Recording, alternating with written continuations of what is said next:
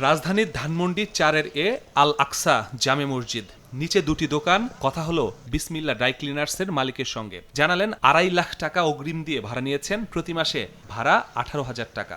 Advance দিয়েছি 2.5 লাখ টাকা, আর আমি তো ভাড়া দিই 18,000 টাকা। পাশের আরেকটি দোকান, এটির ভাড়া 13,000 টাকা। ভাড়া সাধারণত মসজিদ কমিটির উঠানোর কথা, কিন্তু ভাড়া উঠান মসজিদ কমিটির সাধারণ সম্পাদকের ছেলে আবরার।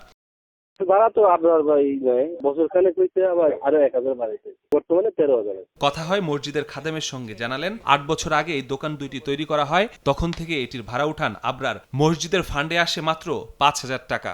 18,000 আর 30,000 সেটা আমি অন্তত পক্ষে জানি না। সেক্রেটারি সাহেবের ছেলে উনি এটা ভাড়া উঠা, এটা আমার দেয়াটাতে। এই মসজিদ কমিটির সাধারণ সম্পাদক আওয়ামী লীগ নেতা মুরাদ লতিফ কুড়িগ্রাম 4 আসনে একাধিকবার আওয়ামী লীগের মনোনয়ন প্রত্যাশী ছিলেন। এই ক্ষমতা বলেই মসজিদ কমিটিতে দীর্ঘদিন ধরে অনিয়ম করছে বলে অভিযোগ স্থানীয়দের। আওয়ামী লীগের নেতা সাল আবার কিসের আওয়ামী লীগের নেতা? এখন মসজিদের টাকা, ওটা হক হচ্ছে মসজিদের টাকাটা মসজিদকে দেন। রোজার সময় যে টাকাটা উঠে আমাদের তারাবির, আজ পর্যন্ত এত বছর ধরে যত বছর আমি আসছি, আমি কখনো শুনি নাই যে এই টাকাটা অমুক খাতে, এই টাকাটা অমুক খাতে। কোন খাতে কোন টাকাটা যেতেছে যদি জিজ্ঞেস করি, এটা চলে গেছে, কোথায় চলে গেছে।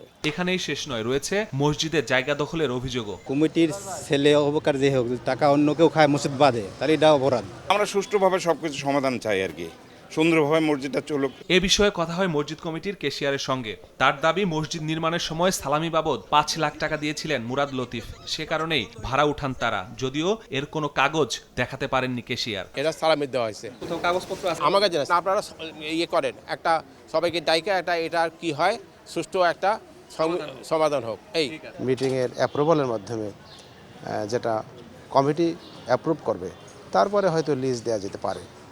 তো এরকম কোনো বিষয় যদি আমার মনে হয় না আছে। অভিযুক্ত মুরাদ লতিফ ও তার ছেলের সঙ্গে যোগাযোগের চেষ্টা করেও তাদের বক্তব্য পাওয়া যায়নি, বাসায় গেলেও খোঁজ মেলেনি তাদের। আওয়ামী লীগ নেতা মুরাদ লতিফ ও তার ছেলে এই মসজিদের দুটি দোকান থেকে ভাড়া বাবদ গত 8 বছরে তুলেছেন 30 লাখ টাকা, অথচ মসজিদ ফান্ডে জমা হয়েছে মাত্র 5 লাখ টাকা। এতদিন আওয়ামী লীগের ভয়ে কেউ মুখ না খুললেও মুসল্লিরা এখন বলছেন এটির একটি যৌক্তিক সমাধান দরকার। মসজিদের টাকা জমা হওয়া উচিত মসজিদের ফান্ডেই। মাসুদুর রহমান, সময় সংবাদ, ঢাকা।